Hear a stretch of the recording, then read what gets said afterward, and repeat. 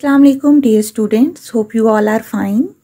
Today we will attempt question number 3 and question number 4 of exercise 8.1.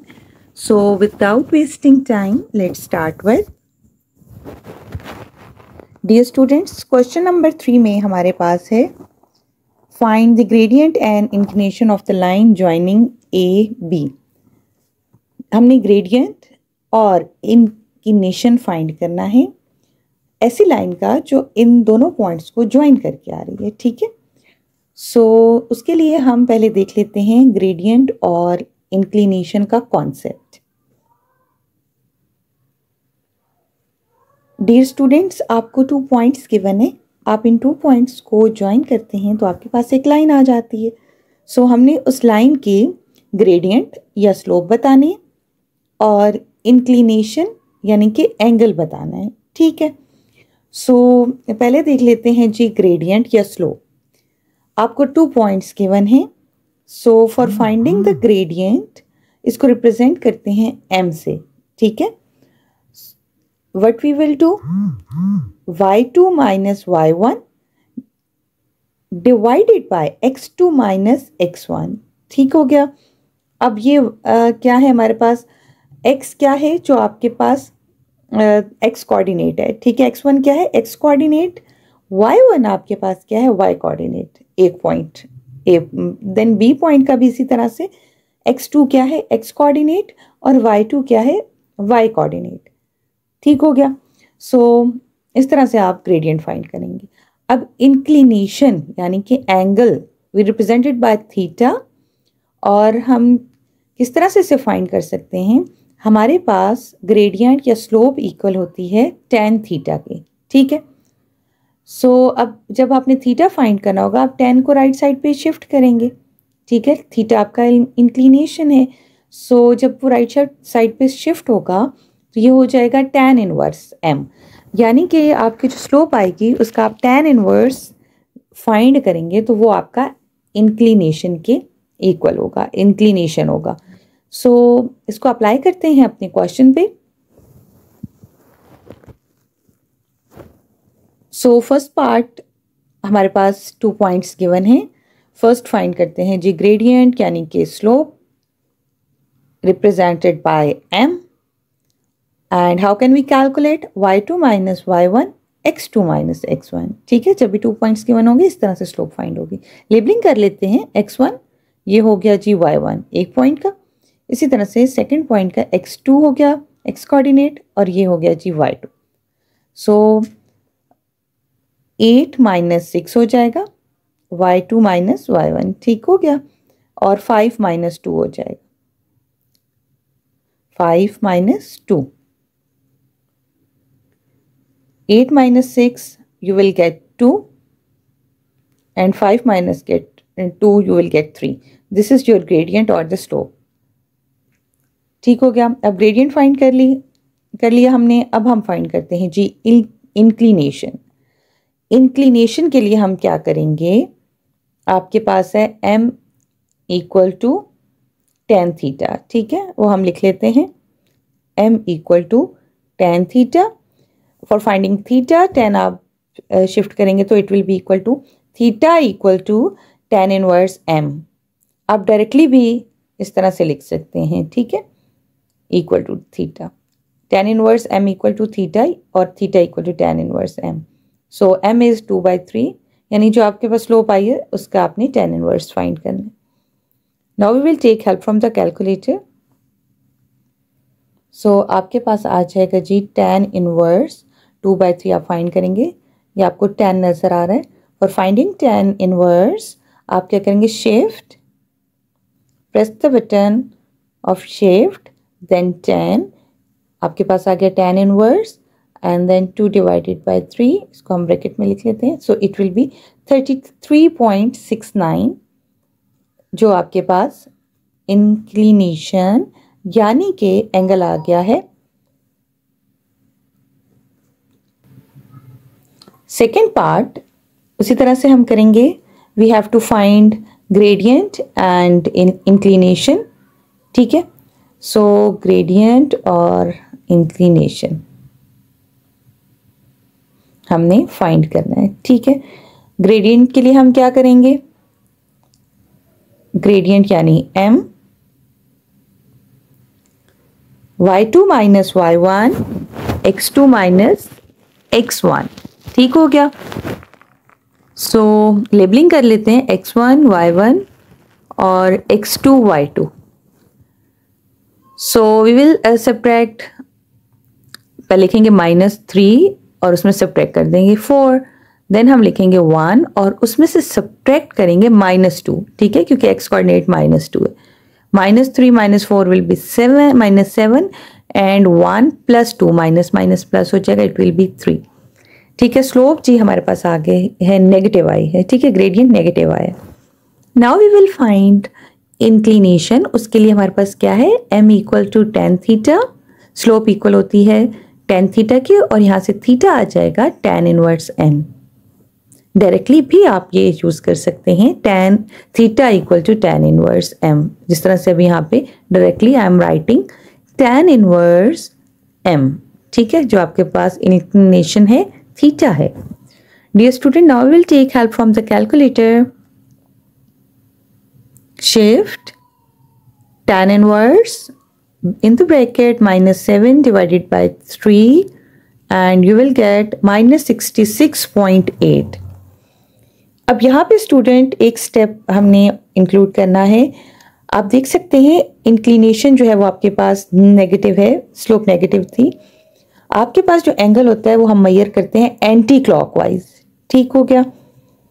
जब आपके पास negative ये है आप एंगल, तो ये आपके पास इट्स मीन कि क्लॉकवाइज है।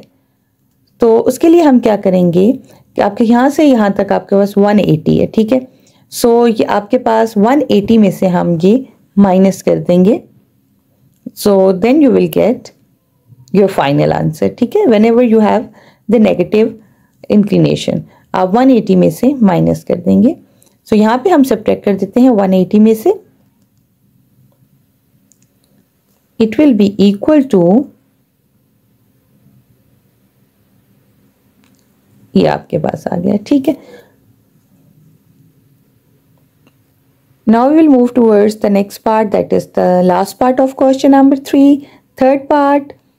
और थर्ड पार्ट में भी हमने इसी तरह से फाइंड करना है जी ग्रेडियंट एंड इंक्लिनेशन, ठीक है।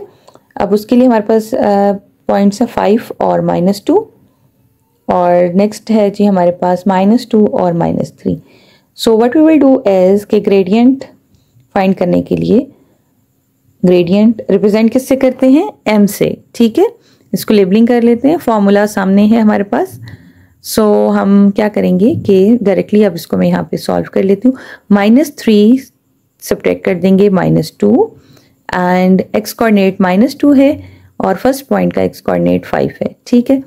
सो ये आ जाएगा माइनस माइनस प्लस, -3 + 2 एंड -7, ठीक। ये आ जाएगा जी -1/-7, माइनस एंड माइनस कट हो जाएंगे आपके पास। सो आपके पास आ जाएगा 1/7 ग्रेडियंट m। नाउ सिंपली हम इसका tan इनवर्स फाइंड करेंगे, तो यू विल हैव इंक्लिनेशन। उसके लिए we will take help from the calculator ताकि हम tan इनवर्स निकाल सकें। m पुट कर देते हैं, tan inverse 1/7,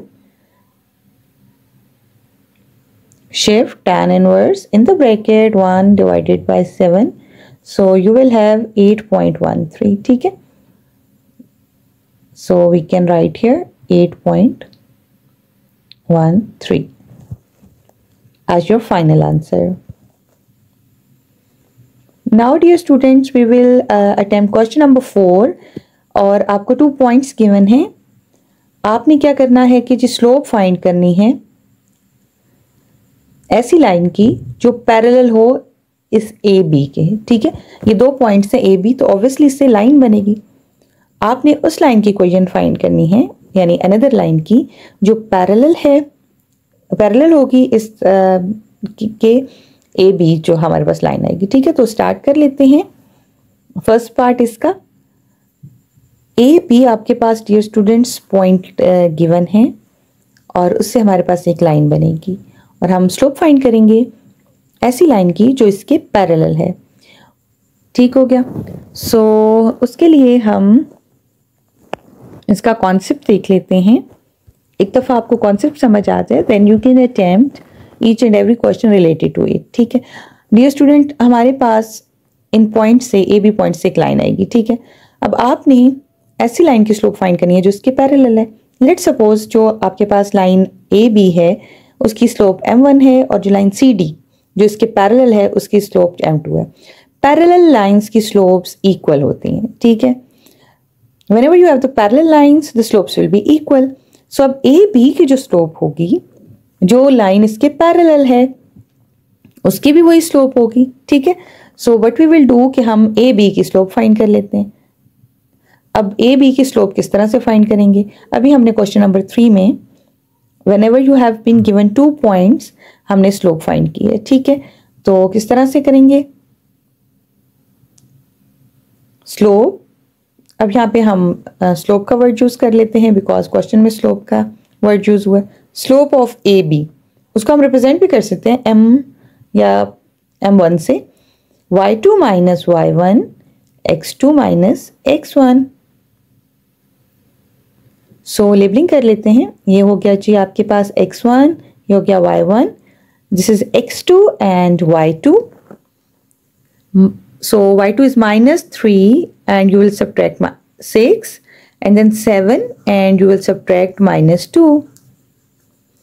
So minus minus plus it will be minus 9 and 7 plus 2 9. So it will be minus 1. आपके पास ये जो लाइन ए बी पॉइंट से लाइन आएगी उसकी स्लोप -1 है। ठीक हो गया। सो आपने उस लाइन की स्लोप बतानी है जो पैरेलल है इस ए बी के। So slope of line parallel to A B उसकी स्लोप भी यही होगी। ठीक है, whenever you have two lines two parallel line slope is equal, slope is same. So जो स्लोप हमारे पास आई है ए बी लाइन की वही लाइन जो इसके पैरेलल है उसको लेट्स सपोज m2 कह देते हैं उसकी स्लोप को, तो वो हमारे पास -1 वही स्लोप आएगी। ठीक है, अब सेकेंड पार्ट में हमने स्लोप फाइंड करनी है उस लाइन की जो ए बी से जो लाइन आएगी उसके परपेंडिकुलर है। ठीक है, इसको ज़रा स्केच कर लेते हैं ताकि थोड़ी सी पिक्चर हमारे पास आ जाए, हमारे माइंड में एक इमेज बन जाए कि हमने क्या करना है। डियर स्टूडेंट, ए बी हमें पॉइंट्स के उससे आ गई ये लाइन। अब एक और लाइन है जो इसके परपेंडिकुलर है यानी 90 का एंगल बना रही है इसके साथ, तो आपने उसकी स्लोप फाइंड करनी है। अब ए बी की स्लोप को हम लेट सपोज कह देते हैं m1 और जो सी टी है उसकी स्लोप को लेट सपोज हम m2 कह देते हैं। तो जब भी लाइन परपेंडिकुलर होती है उसकी स्लोप किस तरह से आती है? उसकी स्लोप आती है जी, रेसिप्रोकल ले लेते हैं -1/m1।